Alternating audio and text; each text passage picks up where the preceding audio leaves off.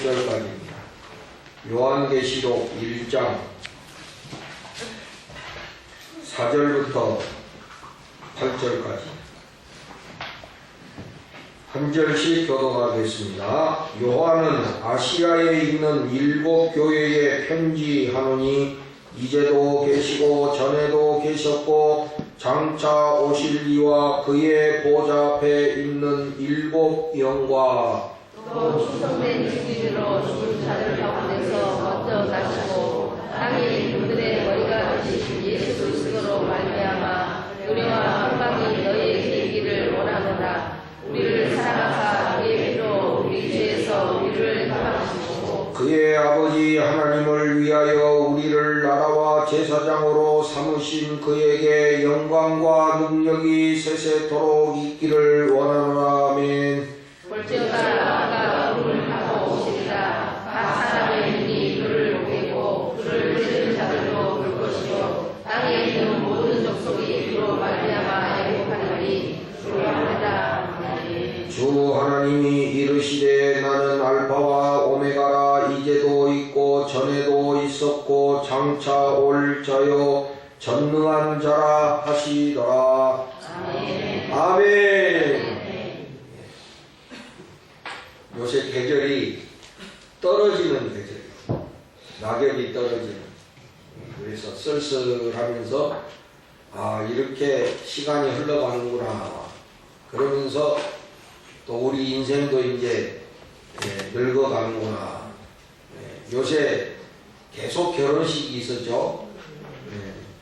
얘들이 이제 커가지고 시집가고 장가가고 이런 거 보면서 이제 세월이 흘러가는구나.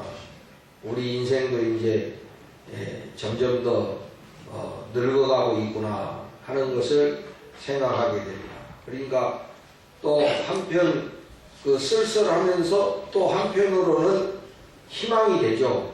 또 이렇게 새로운 세대들이 이렇게 새로운 것을 만들어가는 걸 보면서 참 또 한편으로는 또 희망이 되고 그래요. 이런 계절에 우리가 요한계시록을 우리가 보는 것도 굉장히 의미가 있다 이렇게 생각해요. 요한계시록은 한마디로 말하면 희망의 책입니다. 희망의 책. 그런데 이 요한계시록을 잘못 사용해가지고 오히려 성도들로 하여금 잘못된 종말신앙에 빠지게 하고 그래서 희망이 아니라 오히려 요한계시록을 절망의 책으로 만드는 이런 무리들이 많다. 이게 요한계시록은 정말 우리들에게 희망을 주는 책인데 이것을 잘못 해석하고 잘못 이용해가지고 오히려 우리 성도들의 신앙을 건강하지 못하게 만드는 이런 모습들이 너무 많다. 이거예요. 예를 들면 뭐 시한부 종말론이라든지 또 이거는 시간을 따지는 종말론이고 또 어떤 자들은 어떤 장소에 주님이 오신다 이런 식으로 해가지고 성도들을 미혹하고 성도들을 잘못된 신앙의 길로 인도하는 이런 모습들이 있다. 그런 의미에서 우리가 요한계시록은 건강하게 해석을 해야 합니다. 그래서 한마디로 말하면 요한계시록은 다같이 희망의 책이다. 희망의 책이다. 희망의 책이다. 희망의 책이다. 설교 시간에는 나만 봐야 돼. 그리고 이 자리를요, 이게 좀 널찍널찍하게 앉아. 이 넓은 자리를 놓고 왜 그렇게 좁게 붙어가지고 이게 넓게 그렇지. 그러면서 모든 성도님들이 나를 봐야 돼. 다른 사람의 뒷꼭지를 보면 안 되는 거예요. 이 귀한 시간에 와가지고 목사님 얼굴을 봐야지 왜 남의 그 잘생기지도 않은 뒷꼭지만 보다가 갑니까? 예? 전부 나를 봐야 돼. 준영아, 나 안 보여, 나는. 그렇지.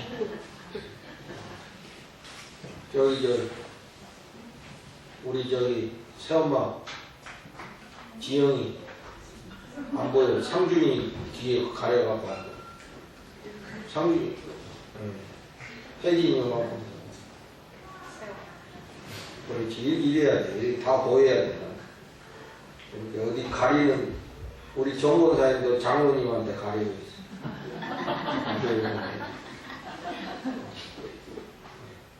다 이렇게 모든 분들이 목사하고 이렇게 눈이 마주쳐야 돼.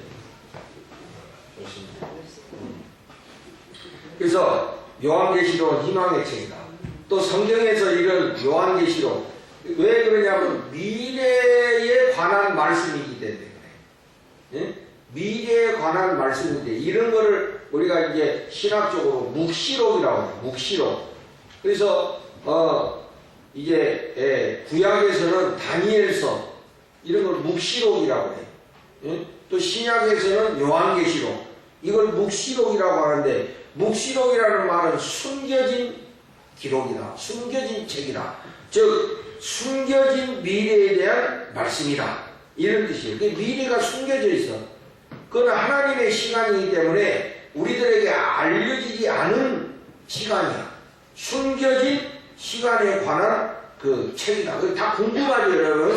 앞으로 어떻게 될까? 하는 이게 다 또 이 호기심이 일어나는 거거든. 그러면 어느 시대에 이런 묵시록이 유행하느냐 하면은 고난의 역사 속에 이 묵시록이 유행이 돼. 세상 살기 힘들면 종말론이 막 이렇게 판을 치게 돼 있어. 그래서 사람들이 거기에 쉽게 빠지는 거야. 잘 먹고 잘 살 때는 미래에 대한 관심이 별로 없어. 지금 잘 먹고 잘 사는데 뭐 궁금할 게 뭐 있어. 지금 좋은데. 응?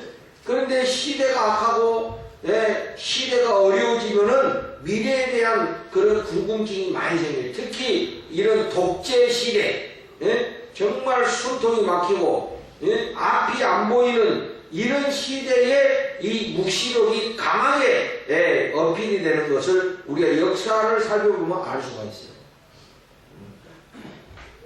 사실은 이 요한계시록도 그런 시대에 하나님이 주신 책이거든요. 그러니까 이 묵시록은요, 한마디로 말하면, 현실은 악이 승리하는 것 같아요. 현실을 보면은 악한 자들이 이기고 승리하는 것 같아. 늘 착한 사람들은 응? 불의가 패배하고,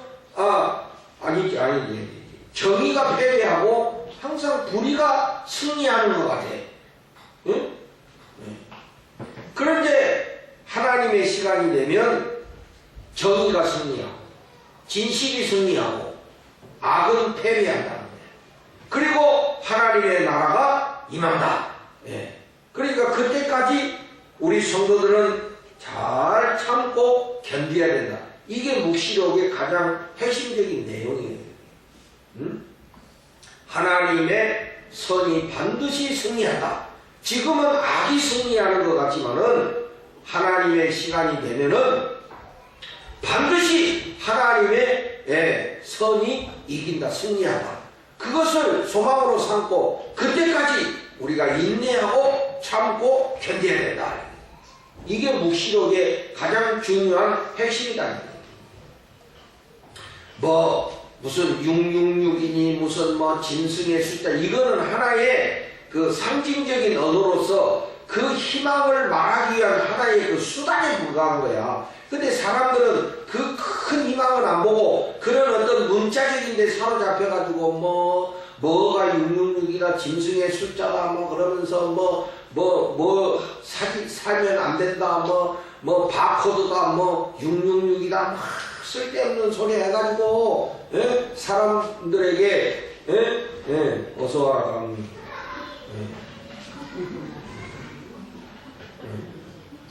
그래가지고 걔도 중요한 메시지는 듣지 못하게 하고 아주 그 부분적인데 매이게 하는 거예요. 666이 핵심이 아니에요, 여러분. 그래가지고 또 이상하게 해석을 해가지고 뭐가 이 짐승의 숫자다 그거 받으면 안 된다 이렇게 그 그게 핵심이 아니거든 사실은. 응? 옛날에 우리 옛날에 그 종말론 부흥회하고 다니는 목사님들 많았거든. 그때 그 양반들이 뭐 70년대 80년대 이럴 때 바코드가 666이라고 그랬거든. 근데 지금 누가 그걸 666이라고 그래요? 응? 마트 가면 그 찍는 거 그게 666이요? 그냥 계산하는 거지. 옛날에 그렇게 해석했다고. 응? 근데 잘못했다고 하는 사람 아무도 없잖아. 그 사람들 다 죽었어. 자기 종말도 모르는 사람들이. 예? 그러니까 이상하게 이거는 그런 상징적인 숫자나 단어는 그게 핵심이 아니에요. 하나님의 승리를 말해주는 거거든. 아멘. 요한계시록은 하나님의 승리를 우리에게 말해주는 책이에요. 하나님이 승리하시다. 이 현실의 역사는 악이 승리하는 것 같지만은 그러나 하나님이 반드시 승리하신다. 그 시간이 다가오고 있다. 이것이 계시록입니다.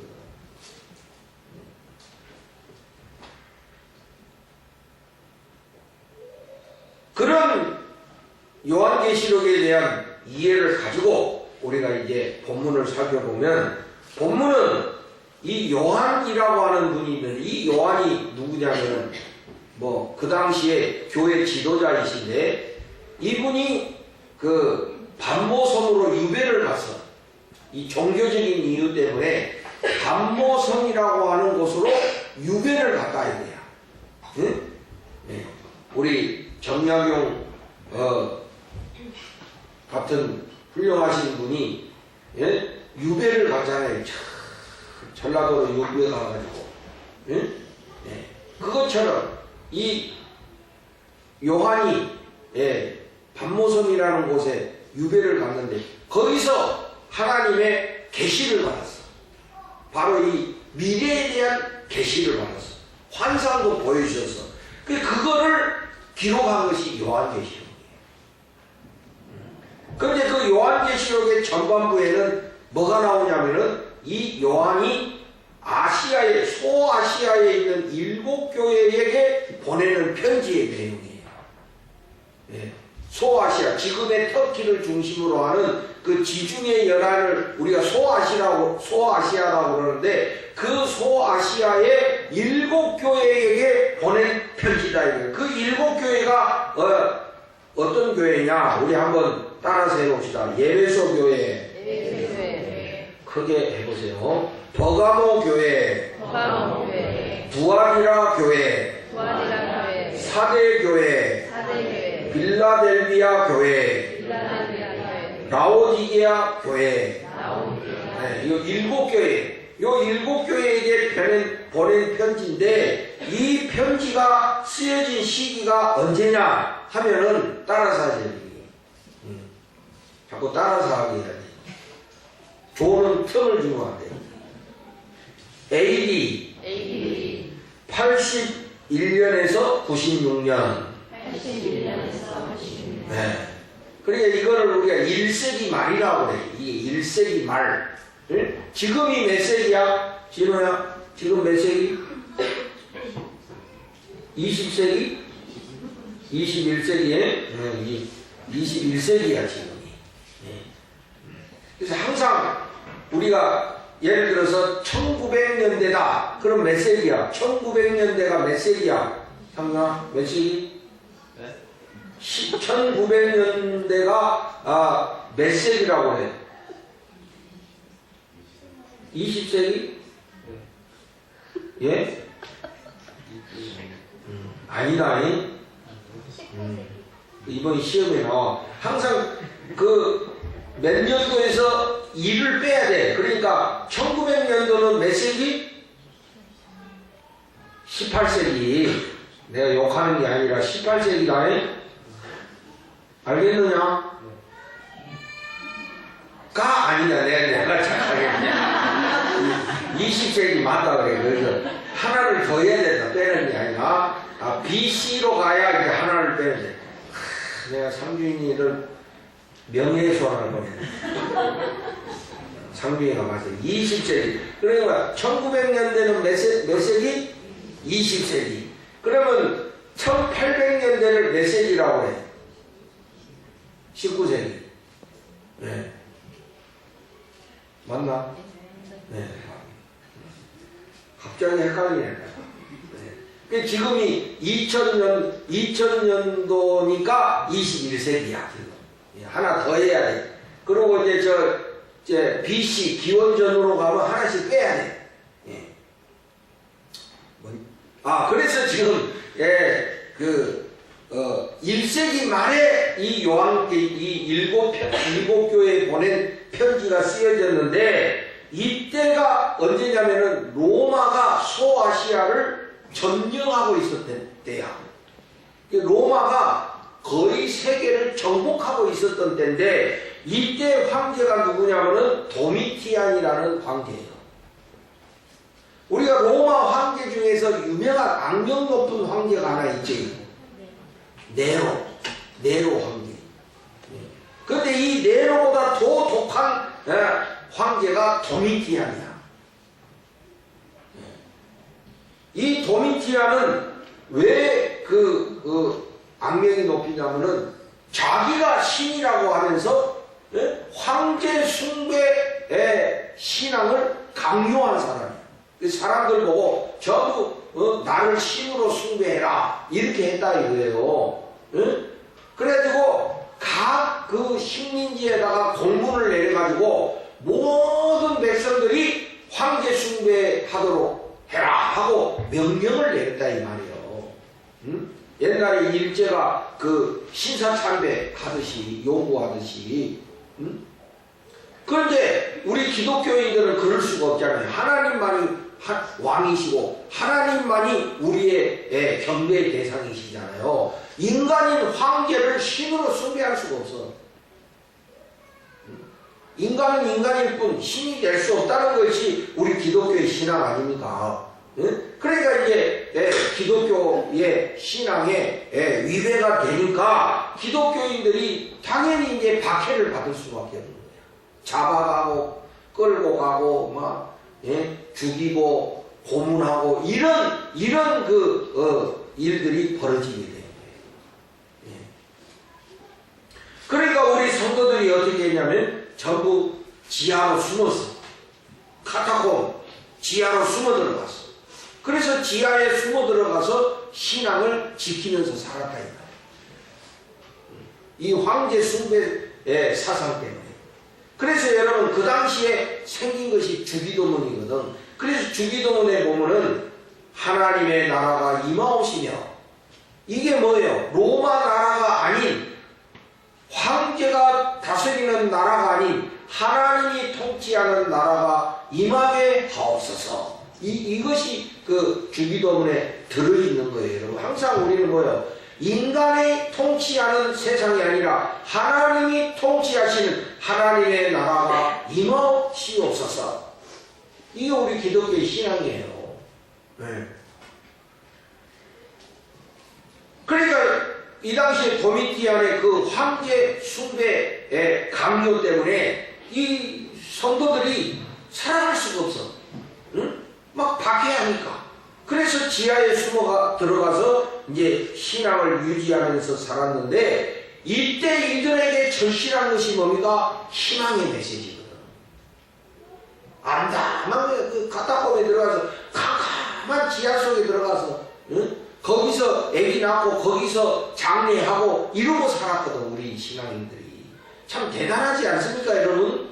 그런 가운데서도 신앙을 지키고 살았다니 대단하지 않아요? 이 우리같이 지금 이 벌건 대낮에 자유로운 시대에도 신앙 지키고 사는 사람들이 드문데, 응? 이렇게 신앙생활하기 좋은 시대가 어디 있어요? 이런 시대인데도 신앙을 지키고 사는 사람이 별로 많지 않아. 뭐 자기밖에 모르고 이기적이고, 응? 근데 그때는 그런 박해를 받으면서도 신앙을 지키기 위해서 그 지하에 들어가서 평생을 살았다니까요. 평생을. 거기서 아기 낳고 거기서 죽고 지금 그 흔적이 가면 그대로 있다고 그래요. 가보지는 않았지만. 그러니까 그런 성도들에게 절실한 메시지는 바로 희망의 메시지였거든요. 그러니까 하나님 마음, 하나님 그때 그 당시에 그 성도를 생각하는 하나님 아버지의 마음은 얼마나 아프셨겠습니까? 그래서 요한에게 이 하나님의 마음을 전해준 거야. 저들에게 희망을 전해라. 그게 요한계시록이에요. 그리고 여러분 이제 그 항상 역사를 보면은 독재 시대 때는 진실을 말하기가 어려워. 왜냐하면 진실을 말하면 잡아가. 중앙정보부에서 잡아가버려. 응? 옛날에 잡혀간 사람들 많고 그래갖고 이슬처럼 싹 없어져 버려. 쉽게 말하면 의무사 당한 사람들이 많아. 행방불명돼서 찾을 수가 없어. 근데 어디서 시체로 발견돼. 그러니까 그 당시에는 그 권력자에 대해서 함부로 말했다가는 어떻게 될지 몰라. 그래서 바로 말할 수가 없어. 그래서 어떻게 하냐면 유언비어가 난무하는 거야. 유언비어. 왜냐하면 바로 말할 수 없으니까 둘러가지고 말하는 거야. 그게 유언비어야. 근데 나중에 보면은 그 유언비어가 사실인 것이 증명이 돼. 보면 그 권력자가 죽은 뒤에 보면은 그때 그 유언비어가 그냥 헛소문이 아니라 사실이었는데 유언비어로 돌아가는 거지. 그러니까 뭐 예를 들어서 그 우리 옛날에 그런 유행이 많았죠. 뭐 그래가지고 특히 고스톱 치는 사람들이 뭐 빗대 가지고 이야기 많이 했지. 전두환 고수톱이라고.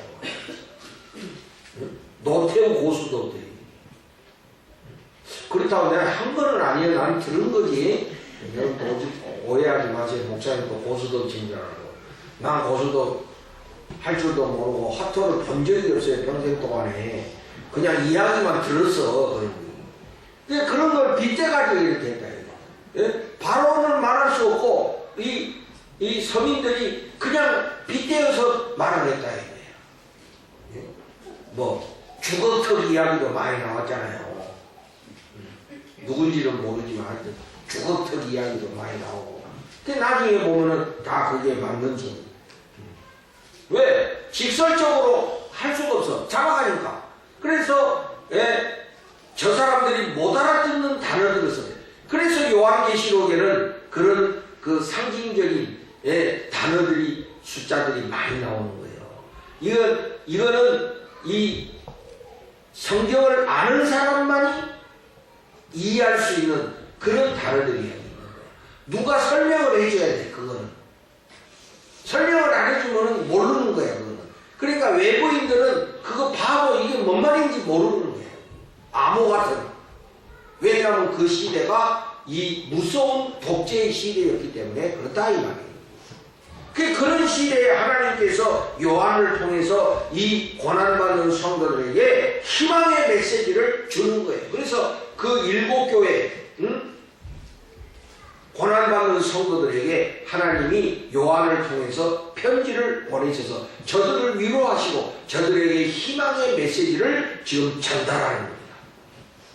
그래서 오늘 본문에 보면은 이제 여기 하나님에 대한 예수님에 대한 표현이 나오는데 여러분 4절이나 8절에 똑같이 나오는 표현이 있어요. 뭡니까?